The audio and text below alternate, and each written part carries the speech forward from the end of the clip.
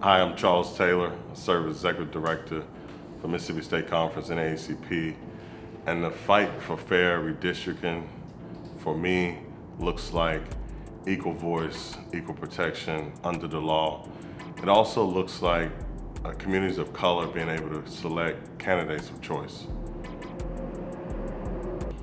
The NAACP has been around since 1909. We've been in the state of Mississippi since 1918.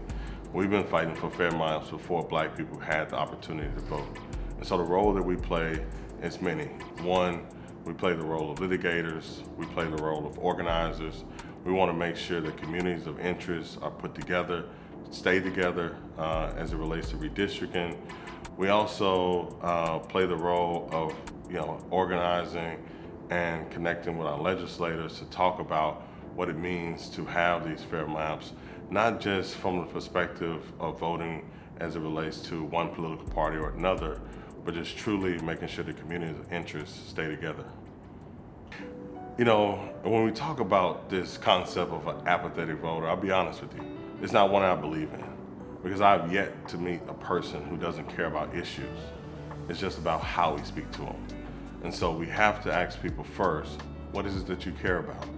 And then after learning what they care about, we connect the bridge to how it relates to voting.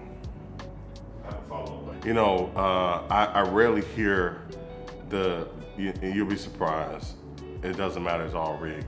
What I often hear is pain. I hear pain in people's voice because they want change. And so we're honest with people.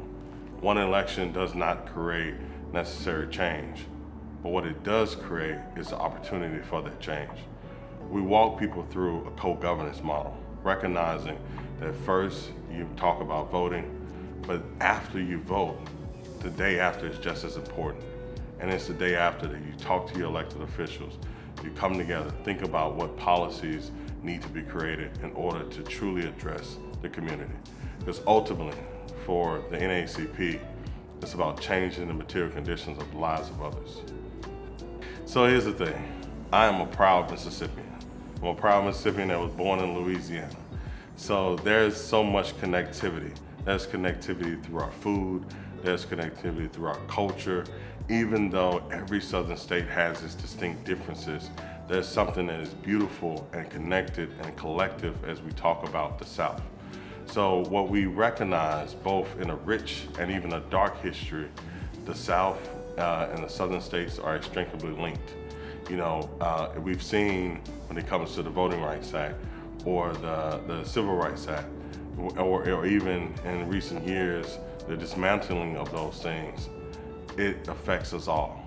But the last thing I want to say about the South is what happens in the South affects the entire country. A Southern strategy is a national strategy. What gives me hope is the future. What also gives me hope is that when we see a backlash in this country, it's because progress happened. But what happens after the backlash is rapid progress. What gives me hope is recognizing that what happened over the last 60 years that we fought for voting rights and civil rights is never going to be in vain.